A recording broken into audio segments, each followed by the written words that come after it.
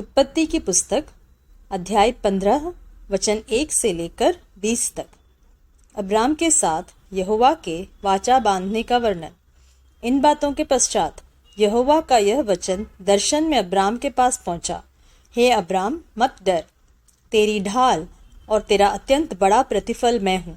Abram ने कहा, हे प्रभु यहोवा, मैं तो निर्वंश हूँ और मेरे घर का वारिस यह दमिश्कवासी एलिएजर होगा, अतः तू मुझे क्या देगा? और अब्राम ने कहा, मुझे तो तूने वंश नहीं दिया, और क्या देखता हूँ कि मेरे घर में उत्पन्न हुआ एक जन मेरा वारिस होगा। तब यहोवा का यह वचन उसके पास पहुंचा, यह तेरा वारिस न होगा, तेरा जो निज पुत्र होगा वही तेरा वारिस होगा। और उसने उसको बाहर ले जाके कहा, आकाश की ओर दृष्टि करके तारागण को गिन, क्या तू उनको गिन सकता है? फिर उसने उससे कहा, तेरा वंश ऐसा ही होगा। उसने यहोवा पर विश्वास किया और यहोवा ने इस बात को उसके लेखे में धर्म गिना। तब उसने उससे कहा, मैं वही यहोवा हूँ जो तुझे कसदियों के ऊर नगर से बाहर ले आया कि तुझको इस देश का अधिकार दूँ। उसने कहा, हे प्रभु यहोवा, मैं कैसे जानूं कि मैं इसका अधिकारी हूँगा?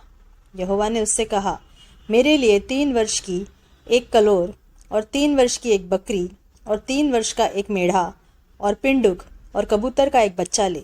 इन सबों को लेकर उसने बीच से 2 टुकड़े कर दिए और टुकड़ों को आमने सामने रखा, पर चिड़ियों के उसने टुकड़े नहीं किए। जब मांसाहारी पक्षी लोथों पर झपटे तब अब्राम ने उन्हें उड़ा दिया। जब सूर्य अस्त होने लगा तब अब्राम को भारी नींद आई, और देखो, अत्यंत भय और महाअंधकार ने उसे छा लिया। तब यहोवा ने अब्राम से कहा, यह निश्चय जान कि तेरे वंश पराए देश में परदेसी होकर रहेंगे और उस देश के लोगों के दास हो जाएंगे, और वे उनको 400 वर्ष तक दुख देंगे।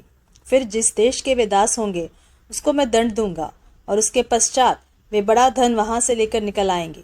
तू तो अपने पितरों में कुशल के साथ मिल जाएगा, तुझे पूरे बुढ़ापे में मिट्टी दी जाएगी, पर वे 4थी पीढ़ी में यहाँ फिर आएंगे, क्योंकि अब तक एमोरियों का अधर्म पूरा नहीं हुआ है।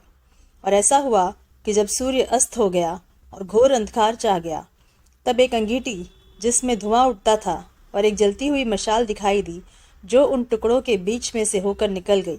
इसी दिन यहोवा ने अब्राम के साथ यह वाचा बांधी, मिस्र के महानद से लेकर परात नामक बड़े नद तक जितना देश है, अर्थात केनियों, कनिजियों, कदमोनियों, हित्तियों, परिज्जियों, रपाइयों, एमोरियों, कनानियों, गिरगाशियों और यबूसियों का देश मैंने तेरे वंश को दिया है।